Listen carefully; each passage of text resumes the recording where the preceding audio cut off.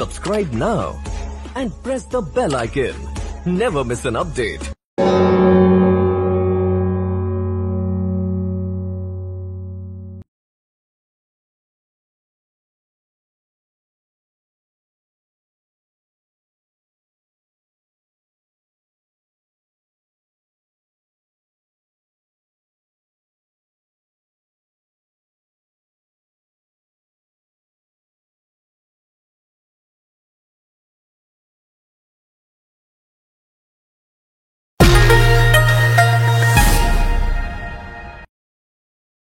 కార్యక్రమానికి స్వాగతం. నేను మీ లక్ష్మణ్ రావు. ఏమంటే ఆంధ్రప్రదేశ్ రాష్ట్ర దేవాదాయ శాఖ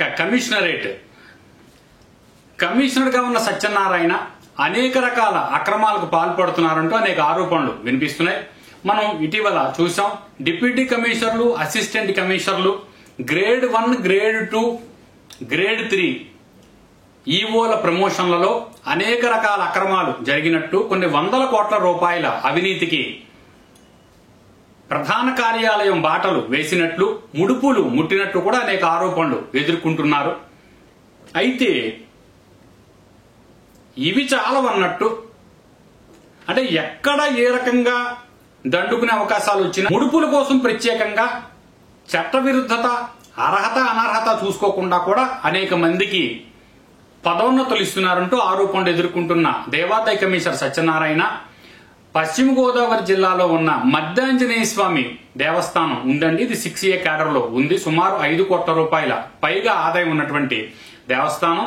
ఇటీవలే దీనికి అసిస్టెంట్ కమిషనర్ గా కూడా అప్గ్రేడేషన్ అయినటువంటి టెంపుల్. ఇక్కడ అసిస్టెంట్ కమిషనర్ పరిపాలన చేయాల్సి ఉండగా అసిస్టెంట్ కమిషనర్ ని నియమించకుండా ఉండడం వల్ల గ్రేడ్ 1 ఈవో కొండలరావి ఇక్కడ ఎగ్జిక్యూటివ్ ఆఫీసర్ గా కొనసాగుతున్నారు. అయితే ఈ దేవాలయంలో పనిచేస్తూ రిటైర్ అయిపోయిన ప్రధాన అర్చకుడు వెంకటాచార్యని ఒక ఆయన ఉన్నారు. వారు స్కేల్ మీద జీతం కోసం పనిచేసిన అర్చకులు. సుమారు 1.5-2 సంవత్సరాల క్రితమైన రిటైర్ అయిపోయారు. ఆయన పట్టుకొచ్చి వంశపారంపర్య అర్చకుల కింద మళ్లీ ఉత్తర్వులు కమిషనర్ విడుదల చేసినట్టుగా, ఉత్తర్వులు ఇచ్చినట్టుగా పూర్తి సమాచారం ఉంది. అయితే దీనికోసం ప్రత్యేకించి దేవాదాయ కమిషనరేట్కి 3 లక్షల రూపాయలు, సంబంధిత రిపోర్టులన్నీ రాసి పైకి పంపించినందుకు కార్యనిర్వహణాధికారికి 1 లక్ష రూపాయలు కూడా ముడుపులు ముట్టాయి అంటూ ఇదే దేవస్థానంలో పనిచేస్తున్న ఇతర అర్చకులు ఎవరైతే ఉన్నారో సుమారు 6-7 మంది అర్చకులు ఉన్నారు. వారు అనేక రకాల ఆరోపణలు చేస్తున్నారు. అంటే కమిషనరేట్ కి, ఈవోకి లక్షల్లో ముడుపులు ముట్ట చెప్పడం ద్వారా ఈ వెంకటాచార్య అనే ఆయన తనకు అర్హత లేకపోయినప్పటికీ కూడా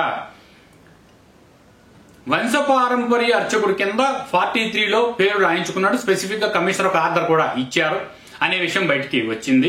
ఇంకా ఇందులో విచిత్రమైన విషయం ఏంటంటే అసలు దీనిలోనే ఇదంతా కూడా అవినీతి అక్రమాలకు నిలయంగా మారిపోయింది.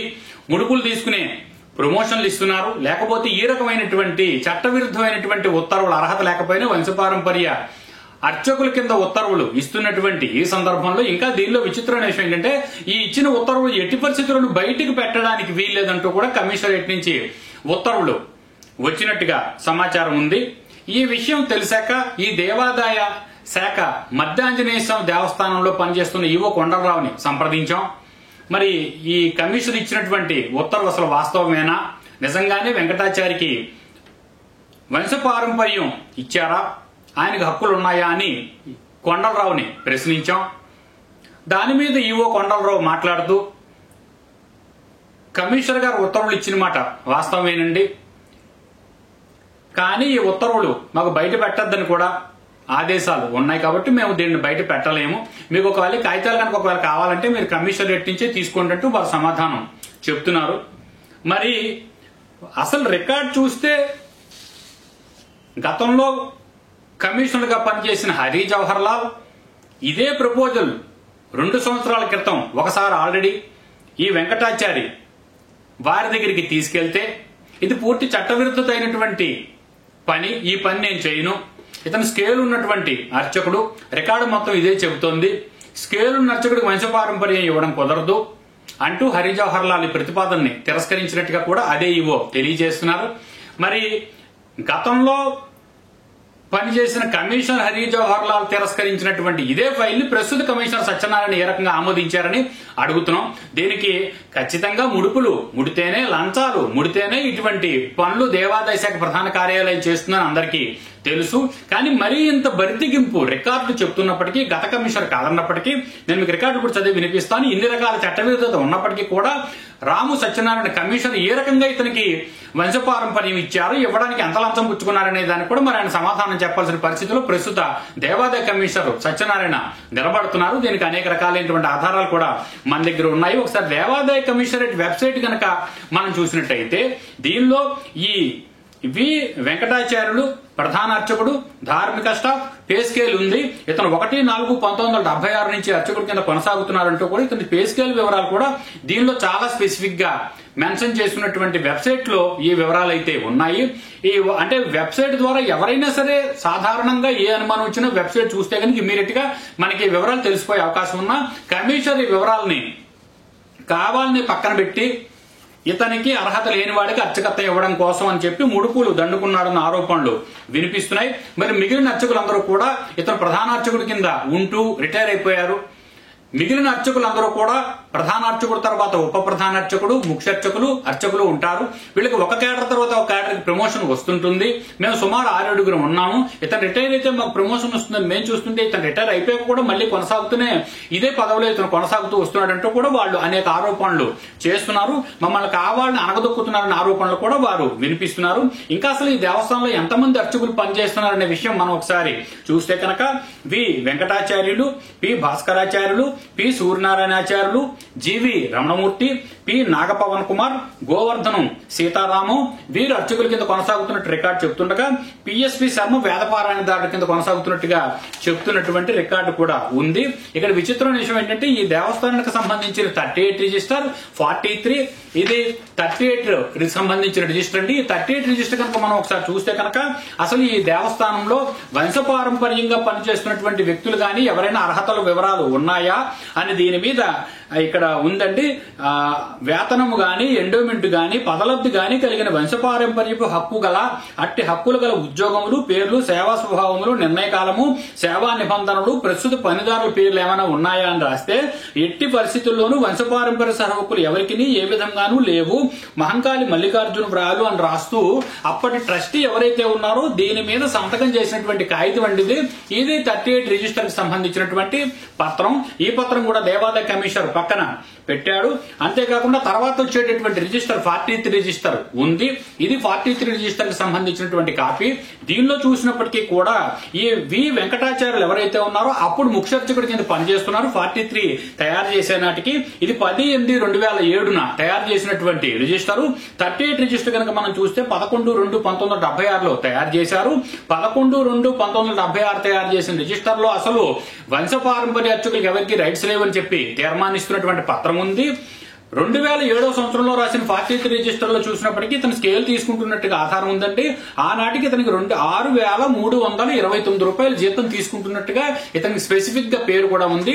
ఇతను స్కేల్ తీసుకునేటటువంటి అర్చకుడు, వంశపారంపర్యం లేదు అని 2 రికార్డులు ధృవపరుస్తుండగా 4310 18/11/2009 సంవత్సరంలో 4310 రిజిస్టర్ కూడా తయారు చేయడం జరిగింది.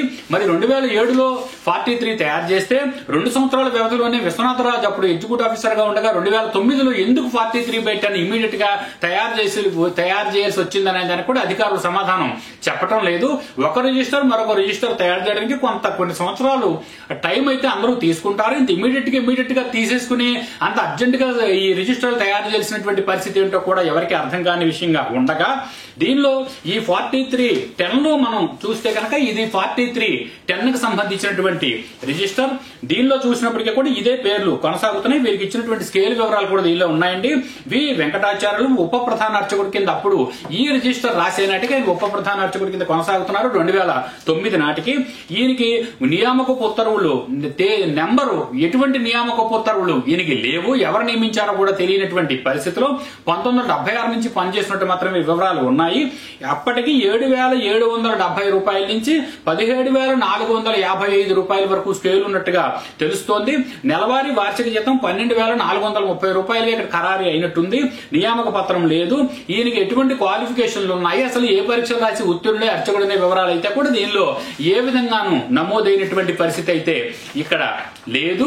మరి మరిన్ని వివరాలు కనుక మనం పరిశీలించినట్టయితే అసలు ఈ దేవస్థానంలో పనిచేస్తున్న అర్చకులకి ఎంతమందికి కాంప్రమైజ్ ఆర్డర్లు ఉన్నాయి, అసలు ఎంతమంది అర్చకులు ఇప్పుడు పనిచేస్తున్నారు, వీళ్ళు ఎవరెవరికి నియామక పత్రాలు ఉన్నాయి, వీళ్ళందరినీ అసలు ఎవరు నియమించారు, హరి జవహర్ లాల్ రిజెక్ట్ చేసినటువంటి ఫైలుని దేవాదాయ కమిషనర్ సత్యనారాయణ ఆమోదించడానికి కారణాలు ఏంటి, మరి ఇదే ఫైల్ కనుక మనం ఒకసారి చూస్తే కనుక హరి జవహర్ లాల్ పంపించినటువంటి తిరస్కరించిన ఫైల్ కూడా మన దగ్గర ఉంది. దీని మీద ఈ అర్చకుడు రిటైర్ అయ్యాక కోర్టుకి వెళ్లి నాకు వంశపారంపర్య హక్కులు ఉన్నాయి కాబట్టి నాకు వాటిని అమలు చేయమని ఆదేశాలు ఇమ్మనమంటూ ఈయన ఎవరైతే వెంకటాచార్యులు ఉన్నారో వీరు కోర్టుకు కూడా వెళ్లారు.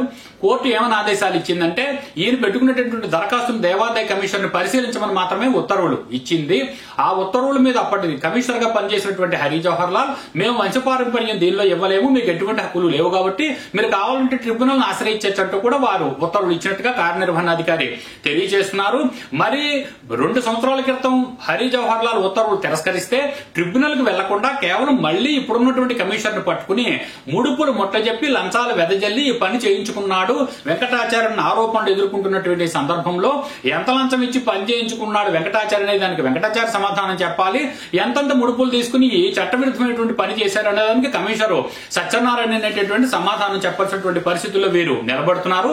రాష్ట్ర వ్యాప్తంగా మనం ఎక్కడ చూసినప్పటికీ ఒక పక్క అర్చక సమాక్ష అరాచకాలు కొనసాగుతుండగా మరొక పక్క అర్హత లేని వాళ్ళందరినీ పోగేసి ఇదే రకంగా ఎలక్షన్ కోడ్ అమల్లో ఉన్న ఈ సందర్భంలో ఏ స్థాయిలో ఏ నిర్ణయాలు కూడా తీసుకుని ఎటువంటి ఉత్తర్వులు నియామక పత్రాలు లేకపోతే మరొక పత్రము కూడా ఇవ్వకూడదని స్పెసిఫిక్ ఉత్తర్వులు ఈ సందర్భంలో ఏ ధైర్యంతో కమిషనర్ సత్యనారాయణ అక్రమాలకు పాల్పడుతూ ఈ మధ్యాంజనేయ స్వామి దేవస్థానంలో పనిచేస్తున్న స్టేలు తీసుకునే 2 సంవత్సరాల క్రితం రిటైర్ అయిపోయినటువంటి వెంకటాచార్య అనే అర్చకుడికి వంశపారంపర్యం ఇచ్చారో దమ్ముంటే సమాధానం చెప్పమని దేవాదాయ కమిషనర్ ని అడుగుతున్నాం.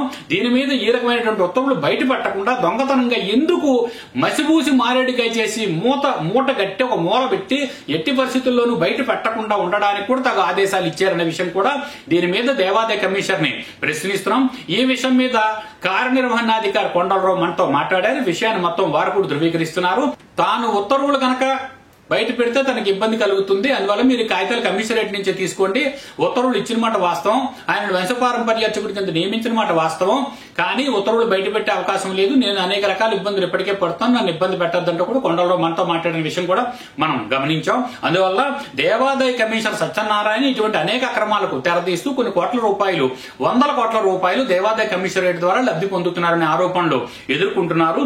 అందువల్ల ఈ రకంగానే అర్ధరాత్రి ఇచ్చినటువంటి మరొక అక్రమ నియామకంగా మనం దీన్ని గుర్తించవచ్చు. గతంలో ఇచ్చిన అనేక నియామకాల్లో ఇదొక అక్రమ నియామకంగా కూడా మనం గుర్తించవచ్చు. కస్టోడియన్ ఆఫ్ ద డిపార్ట్మెంట్ గా ఉంటూ దేవాదాయ శాఖకు సంబంధించినటువంటి నిధులు ఆస్తులు రక్షించాల్సినటువంటి కమిషనర్ సత్యనారాయణ ఈ రకంగా తన సొంత ఆస్తులు సమకూర్చుకోవడం కోసం దేవాదాయ నిధుల్లోంచి అక్రమంగా అర్చకులు ఉద్యోగులు అధికారులు తీసుకొచ్చి తనకిచ్చేటటువంటి ముడుపుల కోసం ఇటువంటి కార్యాచరణ చేయడం ఒక రకంగా బరితెగింపు అవుతుందనే మనం ఖచ్చితంగా చెప్పొచ్చు. ఈ బరితెగింపుకి ఖచ్చితమైనటువంటి తెరపడవలసినటువంటి అవసరం ఉంది. ఈ చట్టవిరుద్ధమైన పని ఎందుకు చేస్తున్నారో దేవాదాయ కమిషనర్ సత్యనారాయణ వచ్చే పై ప్రభుత్వంలోనైనా సరే అధికారుల ముందు నిలబడి సమాధానం చెప్పాల్సినటువంటి అవసరం ఉంటుంది. అంతేకాకుండా ఈ విషయం మీద ఉన్నత న్యాయస్థానాలను ఆశ్రయించడం ద్వారా ఈ విధానాలని ఈ వంశపారంపర్య అర్చకుడు ఏదైతే కమిషన్ ఇచ్చినటువంటి వెంకటాచార్య ఇచ్చినటువంటి ఉత్తర్వులను కూడా మేము ప్రశ్నించదలిచాం. ఉన్నత న్యాయస్థానాల్లో ఏం సమాధానం చెప్తారో అనే అంశం మీద కూడా మనం ఎదురు చూద్దాం. ఇటువంటిదే దేవాదాయ కమిషనర్ సత్యనారాయణ చేసేటటువంటి అనేక అక్రమాల్లో భాగంగా పార్ట్ 2లో మరిన్ని విషయాలు చర్చిద్దాం. Subscribe now and press the bell icon. Never miss an update.